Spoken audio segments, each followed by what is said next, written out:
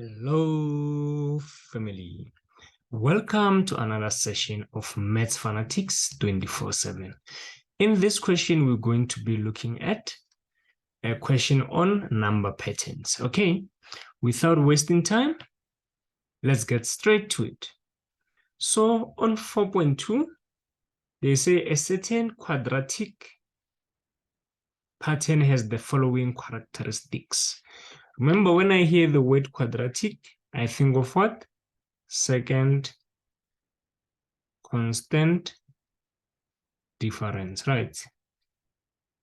Second constant difference. Okay, awesome. So now let's check the properties. They say the first term is p. So I like to arrange my terms like this in pattern form. So I'll just create spaces here, and then I'll put everything that they tell me and so on. So they say the first term is p. So on the first term, I'm gonna put p. The second term is 18. So here I'm gonna put 18. The fourth term, it's 4 times T1. But remember, T1 is P, which means the fourth term is 4 times P because T1 is P. Right, so here I'm going to have 4P, right? Then they didn't give me the third term, but they gave me the difference between these two terms. So here I'll just say T3 for now. So they say the difference between term 3 and term 2 is 10, right? And then they want us to calculate the value of P, right? Perfect. Yeah, that should be easy because I can do this and then do that, right? So here I'm going to minus 18 and P. So here I have 18 minus P, right? And then here I'm going to have what? 4P minus T3, right? Awesome. And then from there, we're going to do this, right? We subtract again because it's quadratic. We need the second constant difference, right? Sharp. So now here I'm going to have, okay, let's work it out on the side, 10 minus 18p in brackets, which becomes 10. This will give us how much? Let's see. Minus 18 plus p, right? Which is p minus 8, basically. So here I have p, and then I have what? I have minus 8, right? And then let's check this one. We have 4p minus t3 minus 10. So this one, there's no like terms. You're just going to write it like that. 4p minus t3 minus 10. Okay.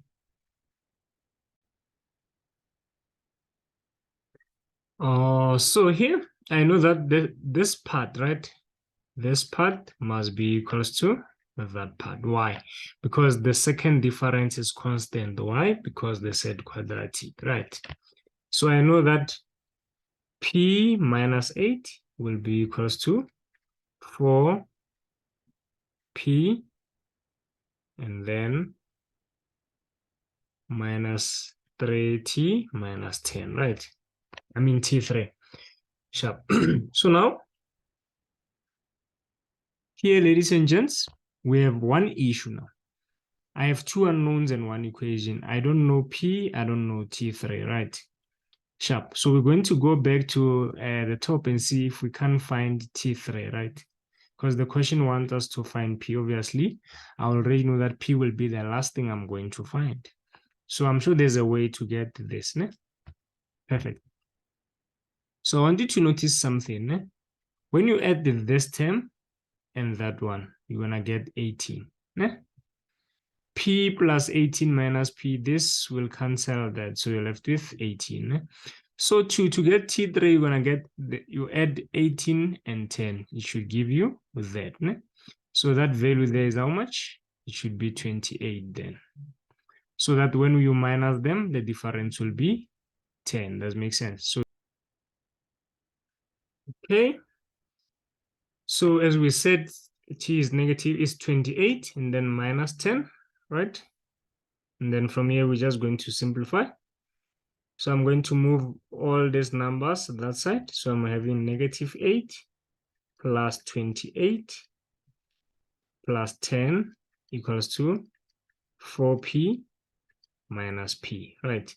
And then this, by the look of things, let's see, 28 minus 8. So it gives me 30. This side I get there's 1 there. So 4 minus 1 is 3. So I get 3p. Because I need p to remain alone, I have to divide both sides by 3, right? Therefore, p equals to 10. And then we're fine with that question. Let's go to the next one. Okay. Okay. So let's look at this one. They say a quadratic pattern. So we're given a quadratic pattern again, which means I'm going to have a constant second difference. Right? Actually, they already told us here there has a constant second difference of 2, right? Perfect. I just wanted you to remember this. We have T1, T2, T3, T4, and so on, right?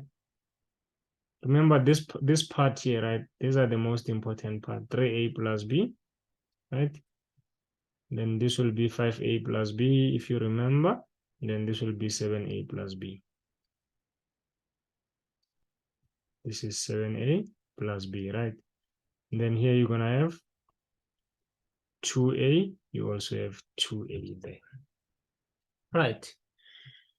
Awesome. So the second difference is always equals to 2a. So there, they're saying the second difference is 2. So 2a equals to 2. Perfect. And then they are telling me that term 5 and term 17 are equal, which is equals to 29. So in simple term 5 equals to 29. Term 17 equals to 29, right? Perfect. Then the first question they say, does this pattern have minimum or maximum value? Remember, for minimum value, A must be positive. For maximum value, A must be negative. Ne? So A is greater than 0. If it's minimum, A is less than 0. If it's maximum, ne? Sharp, it's negative, basically. Sharp. So we just need to find the value of A and say if it's minimum or maximum. From here, I can easily say that 2A equals to 2. Then I divide both sides by 2 so that A can remain alone. Then A equals to 1. Therefore, A is greater than 0 because 1 is bigger than 0, right? Therefore, minimum value. Why? Because A is greater than 0. Then you get your 3 marks, right? So to decide if it's a minimum or a maximum, you just check the sign on A. Ne? Remember, quadratic number pattern is like a parabola. It's Tn equals to an squared plus bn plus c. You see, if it is a parabola, it's ax squared plus bx plus c. This value tells us that if a is positive, the graph is basically facing up, né? Which makes this one here the smallest, right? Because this is going to keep on going up. And then if a is negative, you're going to have something like this, right? You're going down. So all these y values are small. This one is the biggest, so it's maximum. Perfect. This one will be mean, just like our case there. Awesome. Now they want us to determine the value of the formula of the nth term. Ne? Okay, so far I have Tn equals to n squared. Remember, a is 1, so we don't write 1, plus bn plus c, right? I have two unknowns now. I need to get b, I need to get c. The good thing is I have two equations here, two unknowns, two equations, so we sorted. So this is what we're going to do. Ne?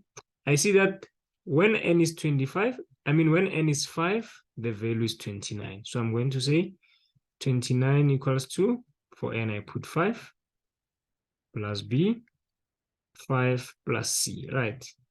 Then let's simplify this. 29 equals to, this gives us 25 plus 5B plus C. And then here I can see that I'm going to just leave C alone here. And so I see that 29 minus 25 is 4, right? Then this will give me minus 5B equals to C. Then I'll call this equation 1. Then now we're going to do the same with this one. I see that when n is 17, the value is 29 again. So I'm going to say 29 equals to 17 squared plus B 17 plus C, right? Awesome. Let's quickly check what 17 squared. So 17 squared is 289. So I have 289. Okay, we still have 29 here, sorry. Now let's do this to create the barrier. Sharp. We still have 289 there, right? 29, I mean, and then here we have 289 plus 17B plus C, right? Now, we know that this is C. You agree? So I can easily put it here because this is C. So I'm going to have 29 equals to 289 plus 17B plus 4 minus 5B. So the C is this. We replace the C with that because that is equals to C there. Awesome. And then now I'm going to group numbers on the same side. So I have 29 minus 289 and then minus 4 is going to be equals to 17B minus 5B, right? And then this becomes what? Let's check on a calculator quickly. So we have 29 minus 289 minus 4. That gives us negative 264. So we have negative 264. Then 17 minus 5 is 12, right? 12B. Therefore, B will be basically negative 264 over 12, which is equals to, let's check quickly on the calculator. So the answer divided by 12 gives us negative 22. So B is negative 22, right? Perfect. And then now I can easily get what C is by substituting B there. So I have 4 minus 5, B, which is negative 22, equals to C. Therefore, C equals to, so let's see what C is. No? So I have negative 5, negative 22, and then I'm going to add the 4. No? So plus 4. Plus 4. This gives us 144, right? I mean 114. Sorry about that. Therefore, Tn equals to n squared, where there's b I put negative 22, and where there's c I put plus 114. Then finito with this question. Ladies and gentlemen, if this makes more sense and you find it really helpful, please hit the subscription button and share with family and friends. Thank you. Aluta continua.